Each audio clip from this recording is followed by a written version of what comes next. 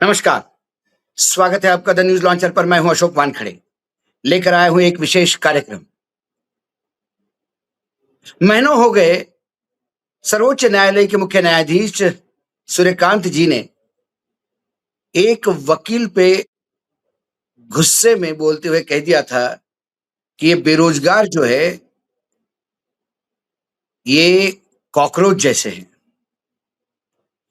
कोई काम नहीं है तो कोर्ट आ जाते हैं। और इस बात पर देश में हंगामा मच गया।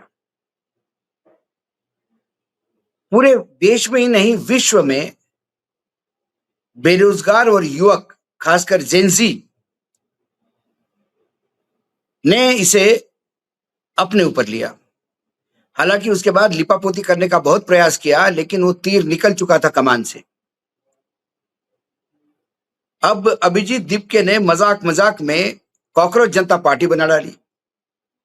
सोशल मीडिया का ये तूफान देखते देखते वर्चुअल जमीन पे उतर आया। इसी में नीट के पेपर लीक हो गए। बाकी एग्जाम सिस्टम में बहुत गलतियां पाई गई। इसका क्यूमुलेटिव इफेक्ट ये हुआ कि इस देश में जनजी जग गया। जेनजी और जेन अल्फा जब रोड पे उतर आए तो देश ने वो आलम देखा कि जो कभी किसी के सामने झुकते नहीं थे, जो ये बड़े गर्व से कहते थे कि ये एनडीए है, यहां इस्तीफे नहीं होते, यूपीए में हुआ करते थे, वहां देश के शिक्षा मंत्री धर्मेंद्र प्रधान को इस्तीफा देना पड़ा। और तब से जेन जी और जेन अल्फा इस देश का, इस देश के लोकतंत्र का, इस देश के संविधान का रक्षक साबित हो रहा है। ऐसे में इस बैकग्राउंड पर जब हैदराबाद की नालसार NALSAR यूनिवर्सिटी में सर्वोच्च न्यायालय के मुख्य न्यायाधीश सूर्यकांत जी को कन्वेंशन में चीफ गेस्ट के रूप में आमंत्रित करने पर छात्रों ने विरोध जताया है। छात्रों का कहना है कि सीजेआई के हालिया बयानों से शैक्षणिक स्वतंत्रता और संवैधानिक जवाबदेही के सिद्धांतों का उल्लंघन किया है। छात्रों ने विश्वविद्यालय प्रशासन को पत्र लिखकर इस फैसले पर आपत्ति जताई। हैदराबाद की जो यूनिवर्सिटी है NALSAR, इसका पूरा नाम है national academy of legal studies and research. ये लॉ की यूनिवर्सिटी है अपने आप में। उनके कन्वेंशन सेरेमनी को लेकर विवाद हो गया। दरअसल सेरेमनी में सीजेआई सूर्यकांत के को बगैर चीफ गेस्ट न्योता दिया गया है, जिसका यूनिवर्सिटी के पास आउट हो रहे छात्रों का एक ग्रुप ने विरोध किया। साल 2026 के बैच के छात्रों के एक ग्रुप ने यूनिवर्सिटी वाइस चांसलर, कुलसचिव, फैकल्टी और विश्वविद्यालय प्रशासन को एक पत्र लिखा है। इस पत्र में छात्रों ने प्रशासन से अपने फैसले पर दोबारा सोचने की मांग की है। छात्रों ने हालिया मामलों पर जताते हुए अपना ऑब्जेक्शन जताते हुए तर्क दिया कि मुख्य न्यायाधीश को बतौर चीफ गेस्ट आमंत्रित करना संवैधानिक जवाबदेही और शैक्षणिक स्वतंत्रता के मूल्यों के खिलाफ है। विश्वविद्यालय प्रशासन को भेजे गए पत्र में छात्रों ने लिखा कि युवाओं को कॉकरोच कहने से लेकर पुलिस बर्बरता के वीडियो देखने का समय न होने जैसे असंवेदनशील बयान देने तक सीजीआई ने हमारे जैसे छात्रों के लिए उदासीनता दिखाई है। ऐसे में उन्हें हमारे कॉलेज में आमंत्रित करना और उनके हाथों से उन डिग्रियों को हासिल कराना जो हमारे लिए शैक्षणिक और भावनात्मक रूप से बहुत अहम है, हम सही नहीं लग रहा है। छात्रों ने विश्वविद्यालय प्रशासन से रिक्वेस्ट करते हुए कहा कि हम विश्वविद्यालय प्रशासन से सीजीआई को आमंत्रण देने के अपने प्रस्ताव पर पुनर्विचार करने का अनुरोध करते हैं। हमें उम्मीद है कि विश्वविद्यालय इससे सिर्फ एक बैच की मांग न मानकर सभी ग्रेजुएट हो रहे छात्रों की एक साझा चिंता के रूप में देखेंगे।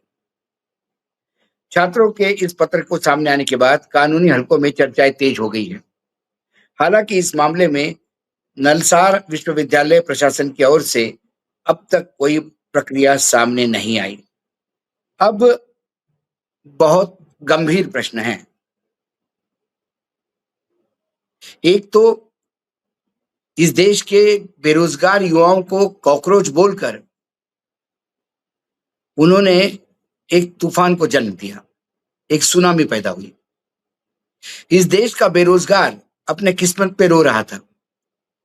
इस देश का बेरोजगार सरकार के वो सुनहरे सपने में अपने आप को इन्वॉल्व करने का प्रयास कर रहा था, जहां कहा जाता है कि 2047 में ये देश पूर्ण रूप से विकसित होगा। प्रधानमंत्री और सरकार की तरफ से आने वाली हर विज्ञप्ति या सरकार की तरफ से आने वाले हर वक्तव्य को बेरोजगार जेनजी कहीं ना कहीं ये सोच रहा था कि चलो भाई, सरकार कह रही है तो इस बार तो कम से कम रोजगार मिल जाएगा। लेकिन कल ही डाटा दिया है राहुल गांधी ने, 1000 में से सिर्फ 12 को नौकरी मिलती है प्राइवेट सेक्टर में। बाकी पोस्ट ग्रेजुएशन ग्रेजुएशन करने के बाद भी कोई चाय बेच रहा है, तो कोई कचौड़ी बेच रहा है, तो कोई इडली बेच रहा है। जब बहुत ज्यादा बेरोजगारी के ऊपर प्रेशर बढ़ता है तो सरकार कहती है कि पकोड़े तलना भी एक प्रकार का रोजगार है। ये तो अच्छा हुआ अभी सरकार ने ये नहीं देखा कि भीख मांगने वालों को भी पैसे मिलते हैं और 2 टाइम की रोटी की व्यवस्था हो जाती है, तो कल भीख मांगना भी ये रोजगार ही इस श्रेणी में नहीं आए। जब भी कोई रोजगार के लिए आवेदन निकलता है, प्यून की पोस्ट के लिए एमबीए एमटेक जैसे विद्यार्थी अप्लाई करते हैं। जहां 10 जगह होती है वहां 1 लाख आवेदन आते हैं। ये बेरोजगारी का आलम है। उसके बाद जो लोग पढ़ रहे हैं, जेनजी जो डिग्री लेने के कगार पे है, अल्फा से जेन में के बॉर्डर पे है, वो जब नीट के एग्जाम देते हैं तो पेपर लीक होते हैं।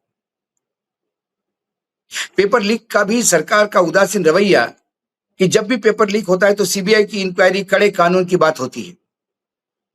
लेकिन पुरानी सीबीआई इंक्वायरी की यदि आप टोह ले लो तो पता पड़ता है उनमें तो सबको क्लीन चिट मिल गई। जिनके ऊपर केसेस चल रहे हैं और जो किंगपिन बोले जाते हैं पेपर लीक मामले में, वो एनडीए सरकार में विधायक है। कुछ लोगों के पिता को यानी उनके घर में करोड़ों रुपए के ठेके दिए जाते हैं सरकार के। तो सरकार क्या पेपर लीक माफिया के साथ हाथ मिला के चलती है? सरकार ने धर्मेंद्र प्रधान का इस्तीफा इसलिए नहीं लिया कि वो नाकाम थे, क्योंकि धर्मेंद्र प्रधान का इस्तीफा के बाद जिस हिसाब से पार्लियामेंट में उनका साफा पहना के स्वागत किया गया, इससे सरकार ने एक इंडिकेशन तो दिया कि धर्मेंद्र प्रधान हमारे लिए शहीद है। सरकार बचाने के लिए उन्होंने अपनी मंत्रिमंडल त्याग दिया। लेकिन वास्तविकता में जेनजी उनका इस्तीफा क्यों मांग रहे थे? जेनजी उनका इस्तीफा इसलिए मांग रहे थे कि वो नाकाम रहे। लगातार उनके टेन्योर में शिक्षा मंत्री होते हुए लगातार पेपर लीक हुए, कई परीक्षाओं में धांधलियां सामने आई। जब जेनजी आंदोलन पे उतरा और कॉकरोच जनता पार्टी ने लीड लिया, तो इन्हीं सत्ता पक्ष के लोग लगातार उनको गाली दे रहे थे। सोनम वांगचुक को जिस हिसाब से जबरिया वहां से घसीटते हुए, गाली देते हुए लेके गए, उससे समाज का एक प्रबुद्ध वर्ग इस आंदोलन के साथ जुड़ गया। और फिर जो 20-21 जुलाई को हुआ, छात्रों के साथ जो बर्बरतापूर्ण व्यवहार किया और छात्रों का वो आंदोलन कुचलने का जो प्रयास हुआ जेनजी का, उसके वीडियो देख के रोंगटे खड़े हो जाते हैं। लेकिन वो जेनजी है। इतना कुछ होने के बाद भी फिर जंतर मंतर पे अपने टूटे हुए स्टेज को फिर से ठीक करके फिर जुड़ गए और आह्वान किया कि इसके बाद अब डबल ताकत से आएंगे। सरकार उसी से डर गई। आनंद फानंद में धर्मेंद्र प्रधान का इस्तीफा लिया। इसी बीच एक आध सुप्रीम कोर्ट के सीनियर वकील हाईकोर्ट के जज के पास गए, सुप्रीम कोर्ट के सर्वोच्च न्यायालय में गए और चंद्रकांत जी के बेंच पे उन्होंने कहा कि माय लॉर्ड, रात को मैंने आपको एक पेन ड्राइव दी थी जिसमें सिलेक्टेड वीडियो थे, वो वीडियो देखिए आप, या अभी ये एप्लीकेशन मैं मूव कर रहा हूं, प्लीज इसको एक्सेप्ट कर लीजिए, रीट पिटीशन। सीजीआई ने कहा कि हमारे पास ना वीडियो देखने का समय है, ना कोई केस सुनने का, हमारे पास बहुत इंपॉर्टेंट काम है। जबकि उस दिन हमने देखा बिजनेस जो था सुप्रीम कोर्ट का, कोई इतना बड़ा काम नहीं था जिससे कोई देश पर संकट आने वाला हो। फिर जब इस बात को लेके जब बहुत हंगामा मचा, तो उनने फिर केस सुना किसी और रिट पिटीशन के थ्रू, और कहा कि 18 साल के नीचे के बच्चे जो है उनके ऊपर कोई केस नहीं लगेगा। लेकिन साथ में एक राइडर जरूर दिया कि जिनके ऊपर पुराने केस है उनके ऊपर से एफआईआर रद्द नहीं होंगे। जबकि सरकार ने ये कहा था कि इस आंदोलन पे किसी पे भी एफआईआर नहीं होगी, जो भी हुई वो रद्द होगी। सुप्रीम कोर्ट तब भी सरकार के बचाव में आया, सरकार को बेल आउट करने के लिए सुप्रीम कोर्ट ये डिसीजन लेके आया। तो जो सुप्रीम कोर्ट बार बार इस लोगों को कॉकरोच कहता है, कॉकरोच कहने के बाद फिर उनके पास समय नहीं होता,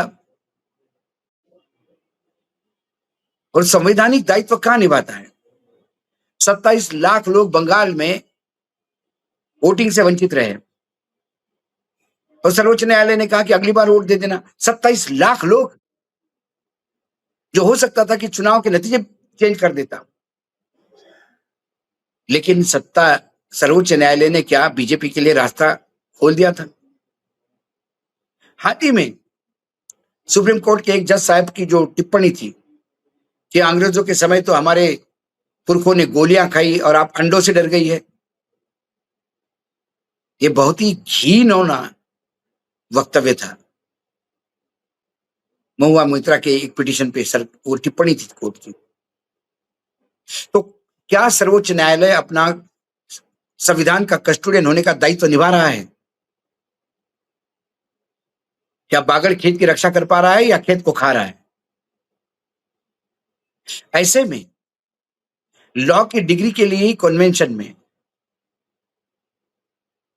यदि सर्वोच्च न्यायालय के मुख्य न्यायाधीश आते हैं जो अपना संवैधानिक दायित्व ठीक से नहीं कर पा रहे हैं, उनके हाथ से हम डिग्री क्यों ले, ये सवाल है। आज सिर्फ एक बैच ने ऑब्जेक्शन उठाया और ये आग लगने में टाइम नहीं लगेगा। क्या मुख्य न्यायाधीश जाएंगे? क्या उस दिन वहां कोई बड़ा कंट्रोवर्सी होगी?